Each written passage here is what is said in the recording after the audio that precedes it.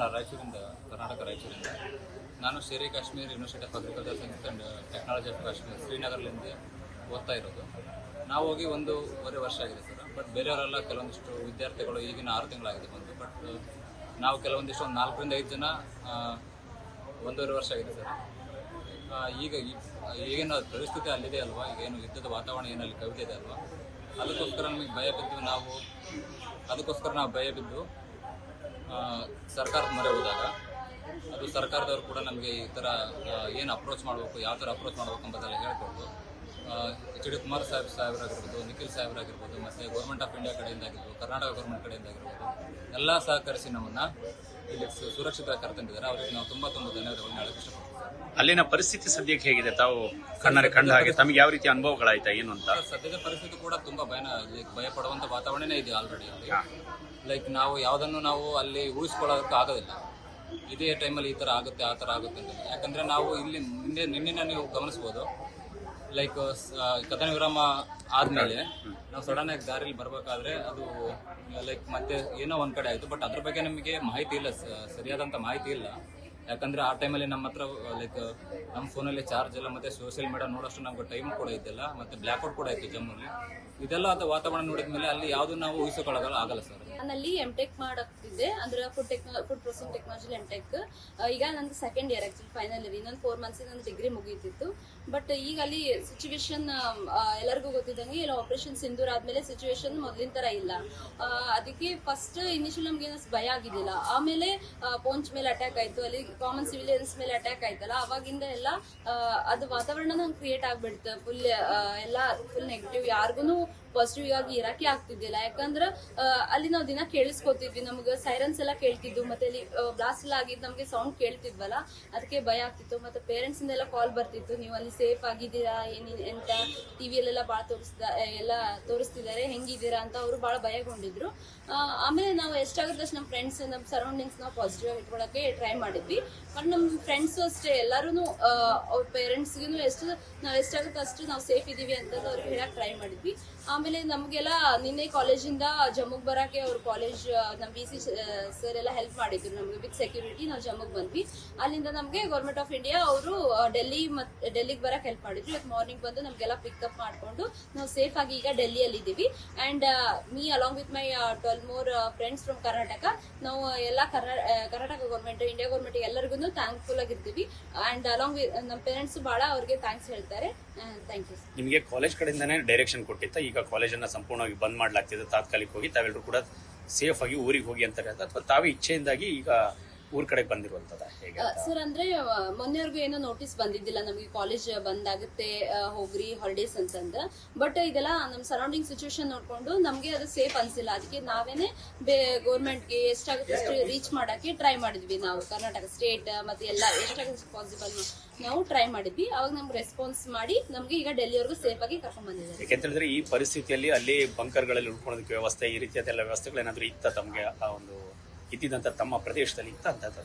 Sir ಅಂದ್ರೆ ಕಾಲೇಜಲ್ಲೆಲ್ಲ ಅಂದ್ರೆ ಒಂದಿಷ್ಟು ನಮ್ಮ ಹಾಸ್ಟೆಲ್ಸ್ ಮತ್ತು ಕಾಲೇಜಸ್ ಅಲ್ಲೆಲ್ಲ ಹೆಂಗ್ ಸೇಫ್ಟಿ ಮೆಜರ್ಸ್ ಎಲ್ಲ ತಗೋಬೇಕಂತ ಹೇಳಿದ್ರು. ಮತ್ತೆ ಯಾವ ಟೈಮ್ನಾಗ ಮೂವ್ಮೆಂಟ್ ಮಾಡ್ಬೇಕು, ಆಫ್ಟರ್ ಬ್ಲ್ಯಾಕ್ಔಟ್ ನಾವೆಲ್ಲ ಹೊರಗೆ ಬರಂಗಿದ್ದಿಲ್ಲ, ಆಫ್ಟರ್ 5 ನಾವು ಗೇಟ್ ಹೊರಗೂ ಹೋಗಂಗಿದ್ದಿಲ್ಲ, ಏನಿದ್ರು ಬಿಫೋರ್ 3 o'clock ಆಫ್ಟರ್ನೂನ್ ಎಲ್ಲ ಮುಗಿಸ್ಕೋಬೇಕಿತ್ತಂತ ಮುಂಚೆ ನಮ್ಗೆಲ್ಲ ಇನ್ಸ್ಟ್ರಕ್ಷನ್ ಕೊಟ್ಟಿದ್ರು.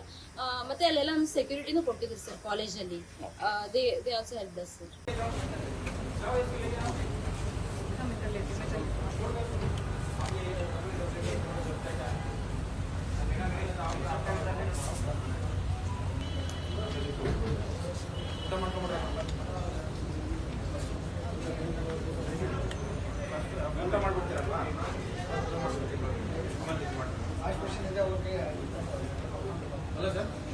ನಾನು ರಾಯಚೂರಿಂದ ನಾನು Sheri Kashmir university of agriculture science and technology of Kashmir ಶ್ರೀನಗರದಿಂದ ಓದ್ತಾ ಇರೋದು.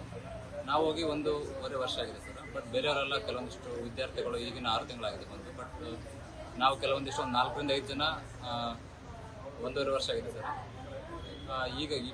ಈಗಿನ ಪರಿಸ್ಥಿತಿ ಅಲ್ಲಿದೆ ಅಲ್ವಾ, ಈಗ ಏನು ಯುದ್ಧದ ವಾತಾವರಣ ಏನಲ್ಲಿ ಕವಿದಿದೆ ಅಲ್ವಾ, ಅದಕ್ಕೋಸ್ಕರ ನಮಗೆ ಭಯ ಬಿದ್ದು ಸರ್ಕಾರದ ಮೊರೆ ಹೋದಾಗ ಅದು ಸರ್ಕಾರದವರು ಕೂಡ ನಮಗೆ ಈ ಥರ ಏನು ಅಪ್ರೋಚ್ ಮಾಡಬೇಕು, ಯಾವ ಥರ ಅಪ್ರೋಚ್ ಮಾಡಬೇಕು ಎಂಬುದೆಲ್ಲ ಹೇಳ್ಕೊಟ್ಟು ಎಚ್ ಡಿ ಕುಮಾರ್ ಸಾಹೇಬರಾಗಿರ್ಬೋದು, ನಿಖಿಲ್ ಸಾಹೇಬರಾಗಿರ್ಬೋದು, ಮತ್ತು ಗೌರ್ಮೆಂಟ್ ಆಫ್ ಇಂಡಿಯಾ ಕಡೆಯಿಂದ ಆಗಿರ್ಬೋದು, ಕರ್ನಾಟಕ ಗೌರ್ಮೆಂಟ್ ಕಡೆಯಿಂದ ಆಗಿರ್ಬೋದು, ಎಲ್ಲ ಸಹಕರಿಸಿ ನಮ್ಮನ್ನು ಇಲ್ಲಿ ಸುರಕ್ಷಿತವಾಗಿ ಕರೆತಂದಿದ್ದಾರೆ. ಅವ್ರಿಗೆ ನಾವು ತುಂಬ ಧನ್ಯವಾದಗಳನ್ನ ಹೇಳಕ್ಕೆ ಇಷ್ಟಪಡ್ತೀವಿ.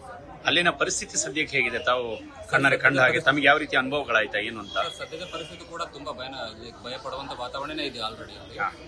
ಲೈಕ್ ನಾವು ಯಾವುದನ್ನು ನಾವು ಅಲ್ಲಿ ಊಹಿಸ್ಕೊಳ್ಳೋದಕ್ಕೆ ಆಗೋದಿಲ್ಲ. ಇದೇ ಟೈಮಲ್ಲಿ ಈ ಥರ ಆಗುತ್ತೆ, ಆ ಥರ ಆಗುತ್ತೆ ಅಂತ. ಯಾಕಂದರೆ ನಾವು ಇಲ್ಲಿ ನಿನ್ನೆ ನೀವು ಗಮನಿಸ್ಬೋದು, ಲೈಕ್ ಕದನ ವಿರಾಮ ಆದಮೇಲೆ ನಾವು ಸಡನ್ ಆಗಿ ದಾರಿಲಿ ಬರಬೇಕಾದ್ರೆ ಅದು ಲೈಕ್ ಮತ್ತೆ ಏನೋ ಒಂದು ಕಡೆ ಆಯಿತು. ಬಟ್ ಅದ್ರ ಬಗ್ಗೆ ನಮಗೆ ಮಾಹಿತಿ ಇಲ್ಲ, ಸರಿಯಾದಂಥ ಮಾಹಿತಿ ಇಲ್ಲ. ಯಾಕಂದರೆ ಆ ಟೈಮಲ್ಲಿ ನಮ್ಮ ಹತ್ರ ಲೈಕ್ ನಮ್ಮ ಫೋನಲ್ಲಿ ಚಾರ್ಜ್ ಇಲ್ಲ, ಮತ್ತು ಸೋಷಿಯಲ್ ಮೀಡಿಯಾ ನೋಡೋಷ್ಟು ನಮ್ಗೆ ಟೈಮ್ ಕೂಡ ಇದ್ದಿಲ್ಲ, ಮತ್ತು ಬ್ಲ್ಯಾಕ್ಔಟ್ ಕೂಡ ಇತ್ತು ಜಮ್ಮಲ್ಲಿ. ಇದೆಲ್ಲ ಅದು ವಾತಾವರಣ ನೋಡಿದ ಮೇಲೆ ಅಲ್ಲಿ ಯಾವುದು ನಾವು ಊಹಿಸಿಕೊಳ್ಳೋಲ್ಲ ಸರ್. ನಾನಲ್ಲಿ ಎಂಟೆಕ್ ಮಾಡಕ್ತಿದ್ದೆ, ಅಂದ್ರೆ ಫುಡ್ ಪ್ರೊಸೆಸಿಂಗ್ ಟೆಕ್ನಾಲಜಿ ಎಂಟೆಕ್. ಈಗ ನಂದು second year actually final year. ಇನ್ನೊಂದು 4 ಮಂತ್ಸ್ ನಂದು ಡಿಗ್ರಿ ಮುಗೀತಿತ್ತು. ಬಟ್ ಈಗ ಅಲ್ಲಿ ಸಿಚುವೇಶನ್ ಎಲ್ಲರಿಗೂ ಗೊತ್ತಿದ್ದಂಗೆ ಇಲ್ಲ, ಆಪರೇಷನ್ ಸಿಂಧೂರ್ ಆದ್ಮೇಲೆ ಸಿಚುವೇಶನ್ ಮೊದ್ಲಿನ ತರ ಇಲ್ಲ.